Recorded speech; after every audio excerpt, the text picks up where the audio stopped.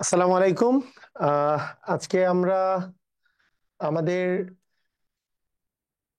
অধ্যায় দুই দুই নাম্বার যে অধ্যায় আছে মানে অনুক্রম এবং ধারা, এই অনুক্রম এবং ধারা সম্পর্কে আজকে আমরা শিখব।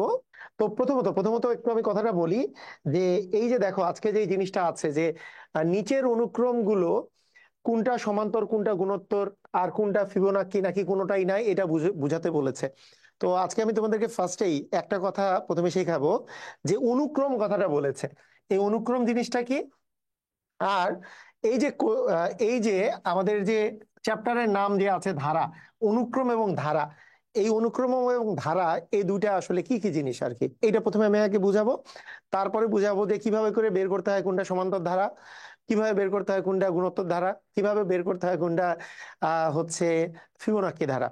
তো আমরা কিন্তু সবগুলোই খুবই ইজিলি শিখবো। আচ্ছা, আমার এই বইটা বারবার আসতেছে, আমার লেখা যে ইনফিনিটি গণিত যে বইটা আছে তোমাদের নবম শ্রেণীর জন্য, সেটা কিন্তু তিনটা খণ্ড একত্রে কিনতে হয়। কারণ প্রথম খণ্ডে আমি লিখেছি হচ্ছে পাঠ্য বইয়ের সমাধান, দ্বিতীয় খণ্ডে হচ্ছে বেসিক এবং অনুশীলনমূলক, এবং হচ্ছে 3 নাম্বার খণ্ড হচ্ছে শিখন অভিজ্ঞতা, মানে যেটা তোমাদের সেশন ওয়াইজ যেভাবে করে পরীক্ষা হয় সেই ওয়াইজ আসলে তোমাদের এই বইটা লেখা।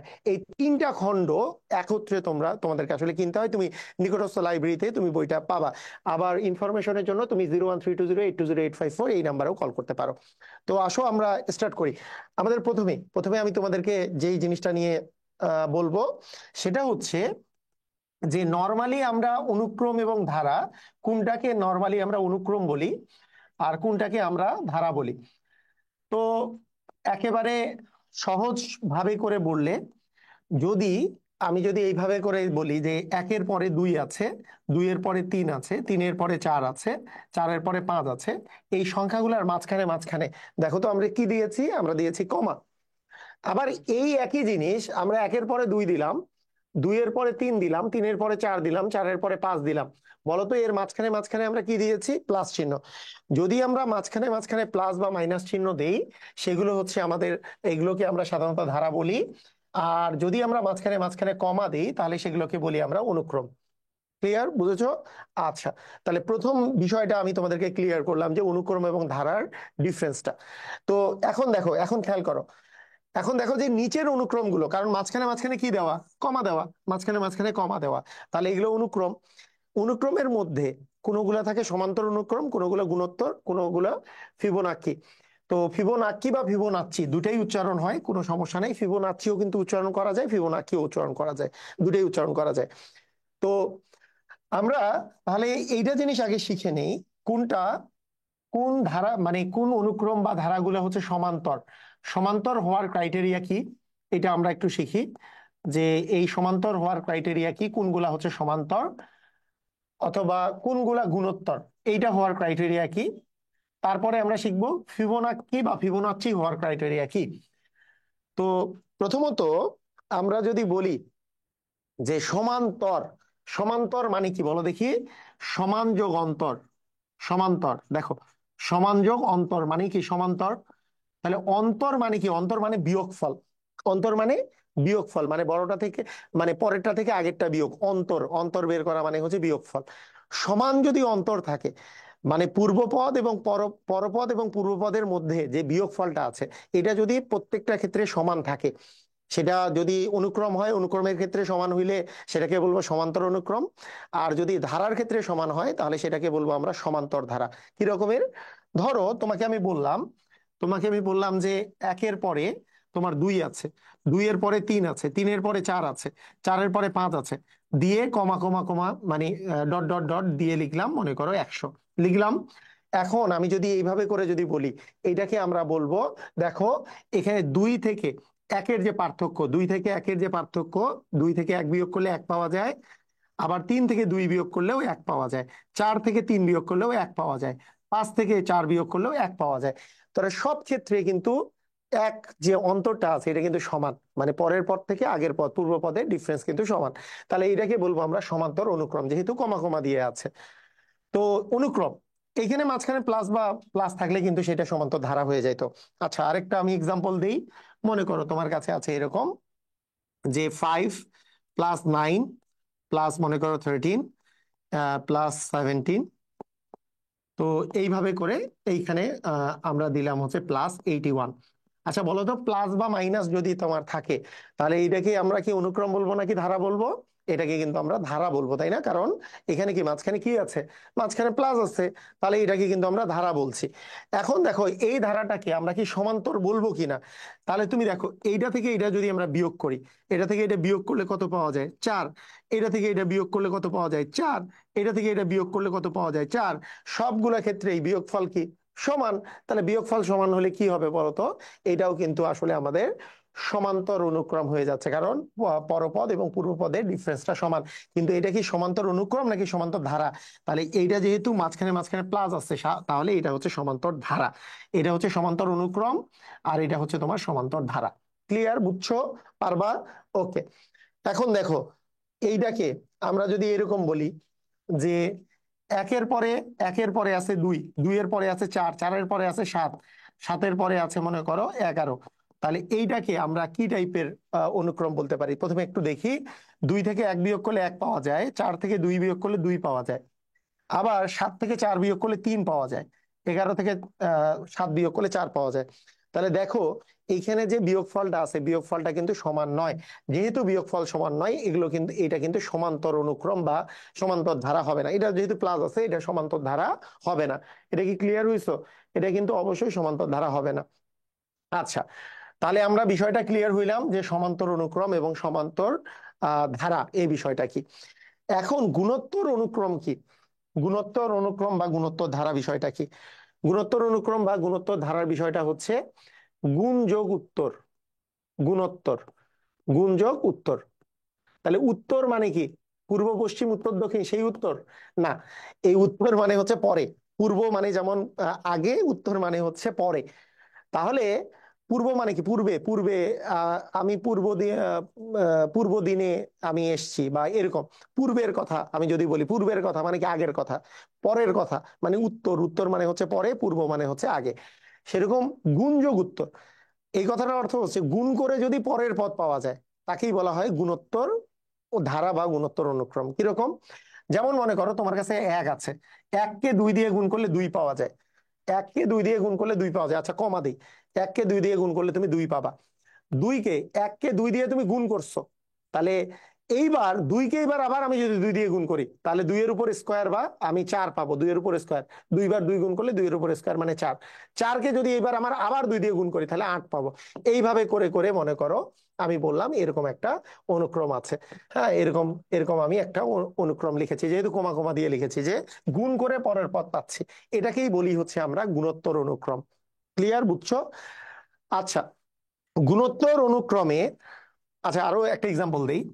ধরো তোমার কাছে আছে 2, তারপরে আছে 6, তারপরে আছে 18, তারপরে আছে 54, এরকম করে চলছে। এটাও একটা গুণোত্তর অনুক্রম, কারণ এখানে এটাকে 3 দ্বারা গুণ করলে 6, তাকে 3 দিয়ে গুণ করলে 18, তাকে 3 দিয়ে গুণ করলে 3 18 54।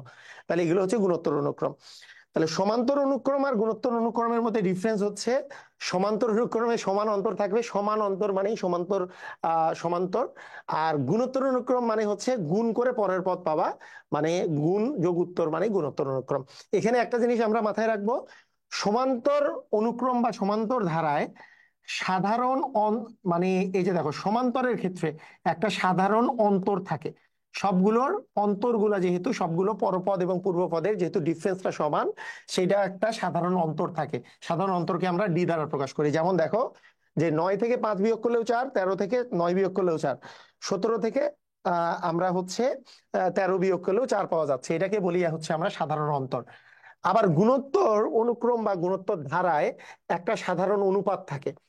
ওই যে গুণ করে যে পরের পদটা পাচ্ছিলা, যেই সংখ্যাটা যদি তুমি গুণ করবা, সেটাকেই বলা হয় সাধারণ অনুপাত। সেটা বের করার সিস্টেম হচ্ছে, আমি যদি পরের পদকে, এই যে দেখো 6-কে আমরা যদি 2 দিয়ে ভাগ করি, 6-কে 2 দিয়ে ভাগ করলে 3 পাওয়া যায়।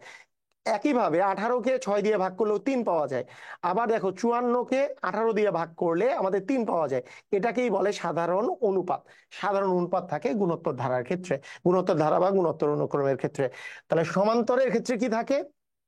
সমান্তরের ক্ষেত্রে থাকে সাধারণ অন্তর। আর গুণোত্তরের ক্ষেত্রে কি থাকে? গুণোত্তরের ক্ষেত্রে থাকে সাধারণ অনুপাত। আচ্ছা, এই দুইটা হইলো। আমাদেরকে কিন্তু বের করতে হবে কি, কোনটা সমান্তর, কোনটা গুণোত্তর, কোনটা হচ্ছে ফিবোনাচ্ছি। তাহলে আরেকটা বিষয় থেকেই গেল যে ফিবোনাচ্চি বিষয়টা আসলে কি, ফিবোনাচ্চি বা ফিবোনাক্কি দুটাই উচ্চারণ হয়, বারবার করেই বলছি। আচ্ছা, ফিবোনাচ্চি বা ফিবোনাক্কি, ফিবোনাচ্চি বা ফিবোনাক্কি নরমালি নরমালি 0 থেকে শুরু হয় যদি কিছু বলে দেওয়া না থাকে, তবে যে কোনো নাম্বার থেকেই শুরু হতে পারে। ফিবোনাচ্চির মেইন বিষয়টা হচ্ছে যে পরপর যে কোনো দুইটা সংখ্যার যোগফল তৃতীয় সংখ্যাটা হবে, মানে এই দুইটা যোগ করে আমি 3 নাম্বার সংখ্যাটা পাবো। এই যে দেখো, 1 নাম্বার এবং 2 নাম্বার এই দুইটা সংখ্যা যোগ করলে 3 নাম্বার সংখ্যাটা পাচ্ছি, যে 0 আর 1 যোগ করলে 1, আবার 1 আর 1 যোগ করলে যে 2 হয় পরের সংখ্যাটা তুমি পাচ্ছ, 1 আর 2 যোগ করলে যে 3 হয় পরের সংখ্যাটা 3 পাচ্ছ, আবার 2 আর 3 যোগ করলে যে 5 হয় পরের সংখ্যাটা তুমি পাচ্ছ, 3 আর 5 যোগ করলে যে 8 হয় পরের সংখ্যাটা তুমি পাচ্ছ, আবার 5 আর 8 যোগ করলে যে 13 হয় এই পরের সংখ্যাটা পাচ্ছ। এইভাবে করে চলে। 8 আর 13 যোগ করলে 21 হয়, এটা পাচ্ছ। 13 এবং 21 যোগ করলে হয় 34, তারপরের সংখ্যাটা 34 এবং যদি 21 যোগ করো তাহলে হচ্ছে 55, তাহলে 55 হচ্ছে তারপরের সংখ্যাটা। তারপরে এই দুইটা তুমি যদি যোগ করো তাহলে কত হচ্ছে 89, 89 হচ্ছে তারপরের সংখ্যা। এইভাবে করে কিন্তু চলছে। তাহলে এইটা হচ্ছে আমাদের হচ্ছে ফিবোনাচ্চি ধারা। তা ফিবোনাচ্চি মানে অনুক্রম, যেহেতু কমা কমা দিয়েছে তাই এটা হচ্ছে ফিবোনাচ্চি অনুক্রম। এখন আসো, এখানে আমাদের প্রথম কোশ্চেনটা আমরা চেক করি, যে এখানে বলেছে কোনটা সমান্তর, কোনটা গুণোত্তর, কোনটা ফিবোনাচ্চি, আর কোনটি নয় কোনটা, এইটা। তাহলে এটা করার জন্য তুমি প্রথমেই চিন্তা করো এটা সমান্তর কিনা। সমান্তর করার জন্য কি করতে হবে, এগুলো ডিফারেন্স বের করতে হবে। যে দেখো, আমরা যদি দেখি যে 5 - 2 মানে 3, আবার 10 - 5 মানেও 10 - 5 মানে কত বলতো 5, আবার 17 মাইনাস যদি আমি 10 দিই তাহলে আস্তে আস্তে 7। তাহলে বলো এখানে কি সমান্তর আছে? যেহেতু সমান্তর নাই তার মানে এটা সমান্তর নয়, কারণ এখানে ডিফারেন্স 3, এখানে ডিফারেন্স 5, এখানকার ডিফারেন্স হচ্ছে 7, তাহলে এইটা সমান্তর নয়।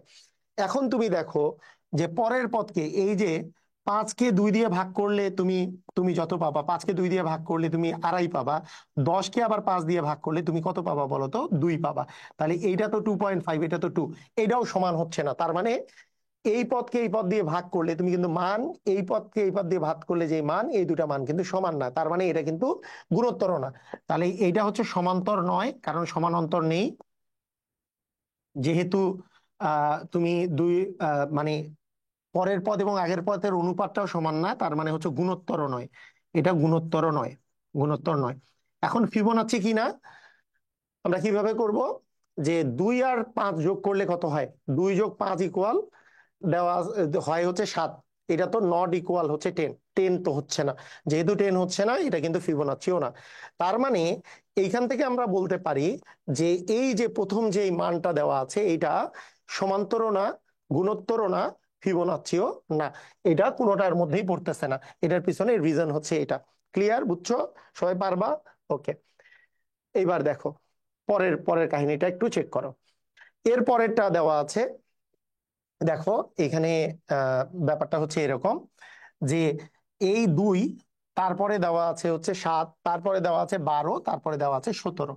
আচ্ছা, এখানে সংশোধিত লেখার কারণটা হচ্ছে তোমাদের অনেকের বইয়ের মধ্যে এখানে মাইনাস দেওয়া আছে। মাইনাস দিলে এটা কোনো অনুক্রম বা ধারার মধ্যেই পড়বে না, অনুক্রম বা ধারার মধ্যেই পড়বে না। কারণ কি, এটা কোনো কিছুই ফলো করবে না। যে 7 থেকে -2 বিয়োগ করলে তো 9 পাওয়া যায়, এখান থেকে এটা ডিফারেন্স আবার 5, এখান থেকে এটা ডিফারেন্স আবার 5, একটা 9 অপরগুলা 5, এটা কোনো ধারা বা অনুক্রমের মধ্যে পড়বেই না।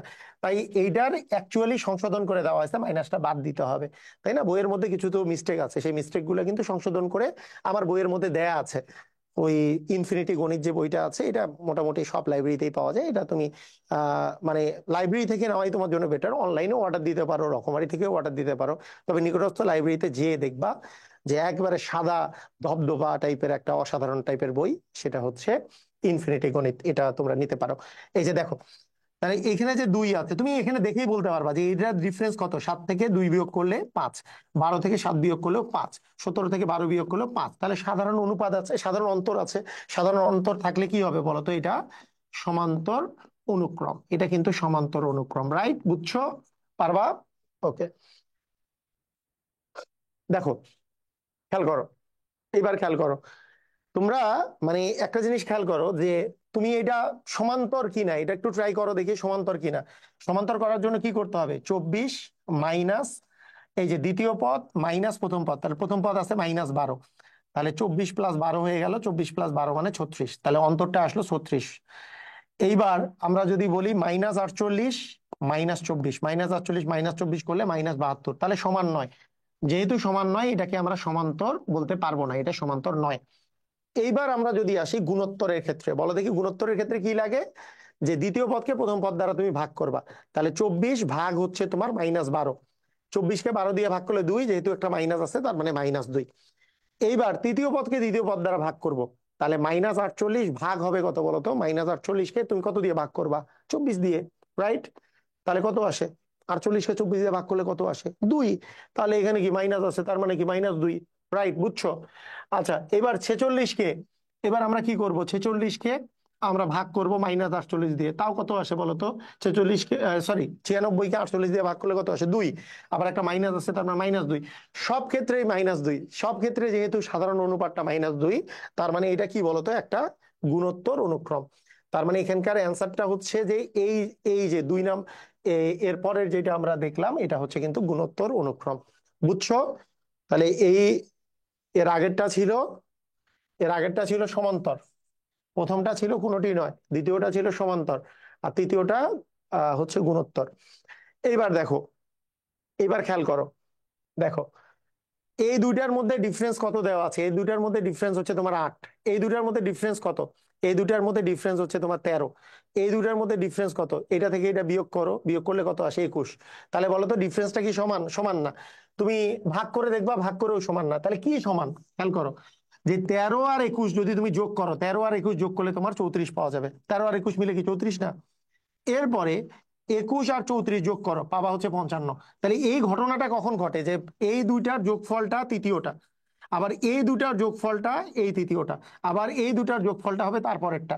এই জিনিসটা কখন ঘটে, এটাকে আমরা কি, এই ধরনের ধারাগুলোকে কি বলি, এই ধরনের অনুক্রমগুলোকে আমরা বলি হচ্ছে ফিবোনাচ্চি অনুক্রম। তার মানে এটা হচ্ছে একটা ফিবোনাচ্চি অনুক্রমের এক্সাম্পল, এটা হচ্ছে ফিবোনাচ্চি। ক্লিয়ার? বুঝছো? পারবা সবাই? একেবারে ইজি। তো এইভাবে করে তোমাদেরকে কিন্তু, হ্যাঁ, ওকে, এইভাবে করে, এইভাবে করে কিন্তু তোমাদের পুরাপুরি মানে এই যে অধ্যায়টা তোমাদেরকে করতে হবে। তো তোমাদের যে ক্লাস ক্লাসগুলা যে আছে, এই ক্লাসগুলা মানে এই রিলেটেড যেগুলো ক্লাস, এইগুলো তোমাদের এই পেজের মধ্যেই তুমি পাবা। আবার আমার ইউটিউব চ্যানেল মোত্তাসিম পাহলভী বুয়েটিয়ান এবং এমপিবিএন পাঠশালা, এই দুটার মধ্যে তোমরা পাবা। তো এগুলো তোমরা সবাই ধারাবাহিকভাবে ক্লাসগুলো করো। আমার মনে হয় যে বইগুলা যে আছে, আমাদের ইনফিনিটির যে বইগুলো আছে, ইনফিনিটির যে বইগুলো আছে, এগুলো যদি তোমরা নিয়ে ভালো করে প্র্যাকটিস করো, কারণ এখানে বেসিক টু অ্যাডভান্স পুরাটা তোমার কাভার হয়ে যাবে উইথ অনুশীলনী, কাজের সমাধান সবকিছু সহকারে। হ্যাঁ, তো এটা খুবই তোমাদের জন্য একটা প্লাস পয়েন্ট হবে। তো ঠিক আছে, আজকের ক্লাস এই পর্যন্তই। সবাই ভালো থাকো, আল্লাহ হাফেজ।